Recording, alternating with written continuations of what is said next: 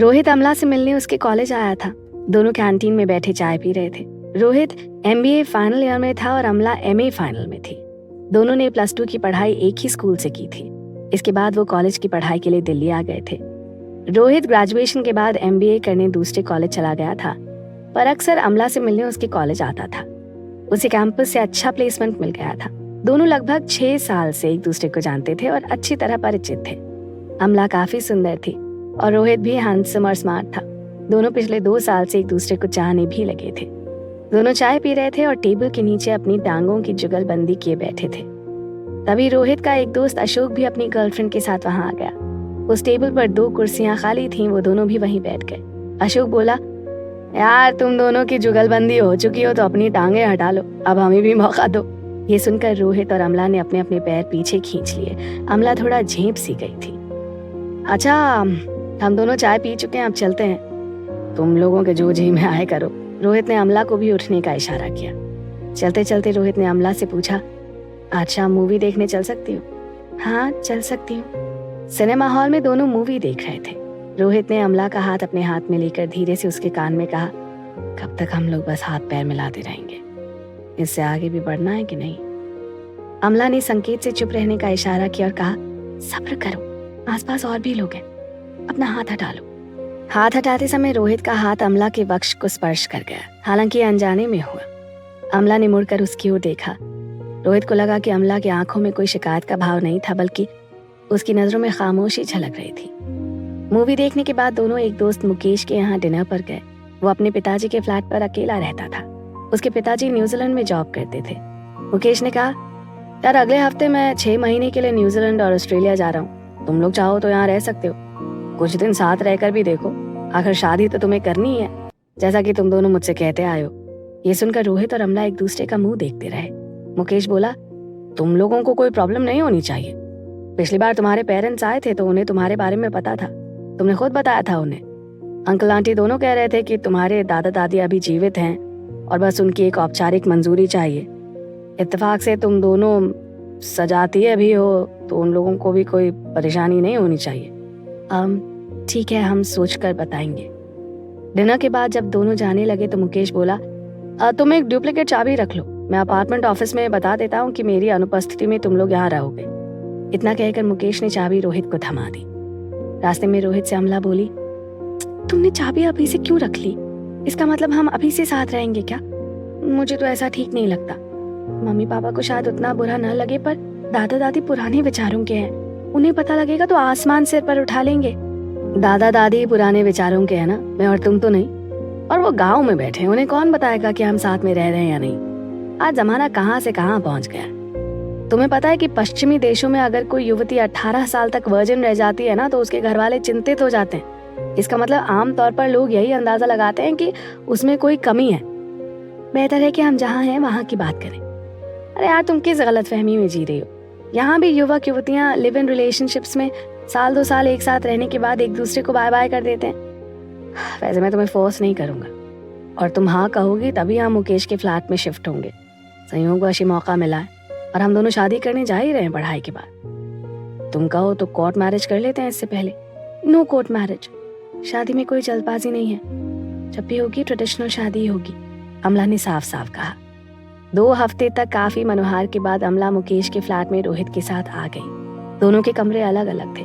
मुकेश की काम वाली और कुक दोनों के कारण खाने पीने या घर के अन्य कामों की कोई चिंता नहीं थी। 4 महीने के अंदर रोहित को नौकरी ज्वाइन करनी थी और उसके पहले अमला को डिग्री भी मिलनी थी।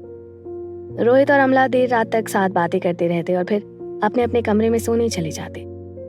धीरे धीरे दोनों और करीब होते गए। अब तो रोहित अमला के बालों से खेलने लगा था, कभी कभी गाल भी सहला लेता।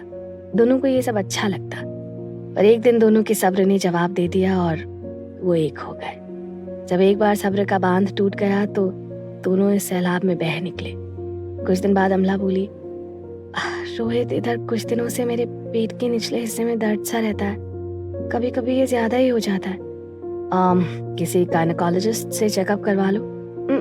मैं अकेली नहीं जाऊंगी, तुम्हें भी साथ चलना पड़ेगा। अब लेडी डॉक्टर के पास मुझे कहाँ ले जाओगे यार? तब रहने दो, मैं भी नहीं जाती। अच्छा बाबा, चलो कल सुबह चलते हैं। अगले दिन दोनों सुबह गायनेकोलॉजिस्ट के पास पहुंचे। वहाँ कुछ मरीज पहले से थे, उन्हें काफ़ी देर तक इंतज़ार करना पड़ा। इस बीच उन्होंने देखा कि वहाँ आने वाली ज़्यादातर औरतें प्रेग्नेंट थीं और उनके साथ कोई मर्द या प्रौढ़ महिला थी। सबसे कम उम्र की पेशेंट अमला ही थी। अमला ये सब देखकर थोड़ी घबरा सी गई। उसकी बगल में बैठी एक औरत ने पूछा, लगता है तुम्हारा पहला बच्चा है। पहली बार घबराहट सबको होती है, डरो नहीं। रोहित और अमला एक दूसरे को देखने लगे। रोहित बोला, don't worry, let the doctor check up नो। जब अमला का नाम पुकारा गया तो रोहित भी उसके साथ चेकअप कैबिन में जाने लगा। नर्स ने उसे रोककर कहा, आप बाहर वेट करो, अगर डॉक्टर बुलाती है तो फिर आप बाद में आ जाना। डॉक्टर ने अमला को चेक किया, उसकी आंखें, पल्स, ब्लड प्रेशर वगैरह चेक किए। फिर पूछा, दर्द कहाँ होता है? अमला ने पेट के नीचे हाथ रखकर कहा, यहाँ।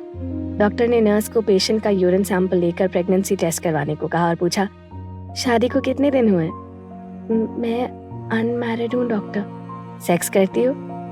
अमला ऐसे प्रश्न का जवाब देने के लिए तैयार नहीं थी। उसको कुछ सूझ नहीं रहा था कि वो क्या बोले। वो सिर्फ डॉक्टर की ओर देख रही थी।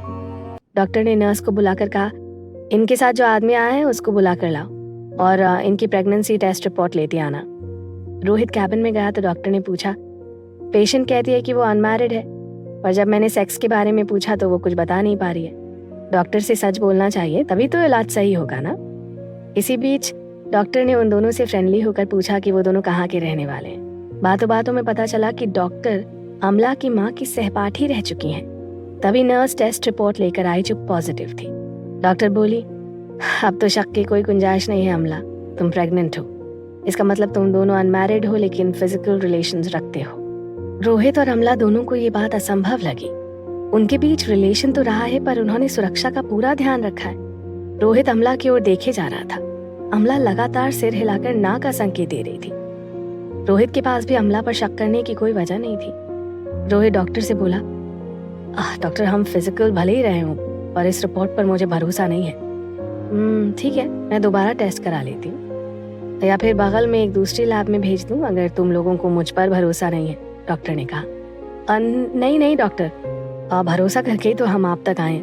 फिर भी एक बार और अगर टेस्ट करवा लेती हैं आप तो ठीक था। डॉक्टर ने नर्स को बुलाकर यूरिन का सैंपल दोबारा टेस्ट करने को कहा। नर्स को थोड़ा आश्चर्य हुआ। उसने रिपोर्ट अपने हाथ में लेकर पढ़ी और कहा, सॉरी मैडम, ये रिपोर्ट इनकी नहीं है, दूसरे पेशेंट की है। दरअसल दोनों के फर्स्ट नेम एक ही है ना, और सरनेम में बस एक लेटर का फर्क है। इनका सरनेम सिन्हा है और ये रिपोर्ट मैडम सिंह की है। I am so sorry madam, मैं अभी इनकी रिपोर्ट लेकर आती है। ये सुनकर रोहित और अमला की जान में जान आई। नर्स अमला की रिपोर्ट लेकर आई जो नेगेटिव थी। तब डॉक्टर ने रोहित से कहा, I am really sorry for this mess, आप बाहर जाएं, मैं पेशेंट को एग्जामिन करूंगी। अमला का बेड पर लेटा कर चेकअप किया गया। फिर रोहित को भी अंदर बुलाकर डॉक्टर ने कहा, डोंट वरी, इनकी ओवरी में बाईं ओर कुछ सूजन है, मैं दवा लिख देती हूँ, उम्मीद है 2 सप्ताह में आराम मिलेगा। अगर फिर भी प्रॉब्लम रहे तो मुझे बताना, आगे ट्रीटमेंट चलेगा। अमला ने चलते चलते डॉक्टर को धन्यवाद देते हुए कहा, आप प्लीज डॉक्टर, आप मम्मी को ये नहीं बताएंगी ना? अरे मेरा तो पिछले 15 साल से उनसे कोई संपर्क नहीं रहा है, वैसे पता रहने पर भी नहीं बताती। Don't worry and get married soon. अपनी मम्मी का फोन नंबर देती जाना अगर तुम्हें कोई प्रॉब्लम ना हो तो। अच्छा, मैं लिख देती हूँ, मुझे कोई प्रॉब्लम नहीं है। अमला ने अपनी माँ का फोन नंबर एक पेपर पर नोट करके डॉक्टर को दे दिया। क्लिनिक से बाहर आकर अमला ने कहा, आज तो हमारे रिश्ते की बात हम दोनों के सिवा इस डॉक्टर और नर्स को भी पता चल गई है। उन्होंने मम्मी का कांटेक्ट भी मुझसे ले लिया। उम्मीद है कि वो मम्मी को नहीं बताएंगी। अरे बता भी दिया तो क्या हो जाएगा, हम लोग शादी करने जा रहे हैं अमला। मैं अगले महीने नौकरी ज्वाइन करने जा रहा हूँ। कंपनी की ओर से फ्लैट और कार भी मिल रही है, जल्दी हम शादी कर लेंगे। वो तो ठीक है, पर मम्मी मुझसे कहती आई हैं कि युवतियों को अपनी वर्जिनिटी शादी तक बचानी चाहिए। अरे आजकल सब कुछ हो जाने के बाद भी वर्जिनिटी दोबारा मिल सकती है। तुम्हें पता है कि प्लास्टिक सर्जरी से युवतियां अपना खोया हुआ कौमार्य प्राप्त कर सकती हैं। क्या कह रहे हो? सही बोल रहा हूँ।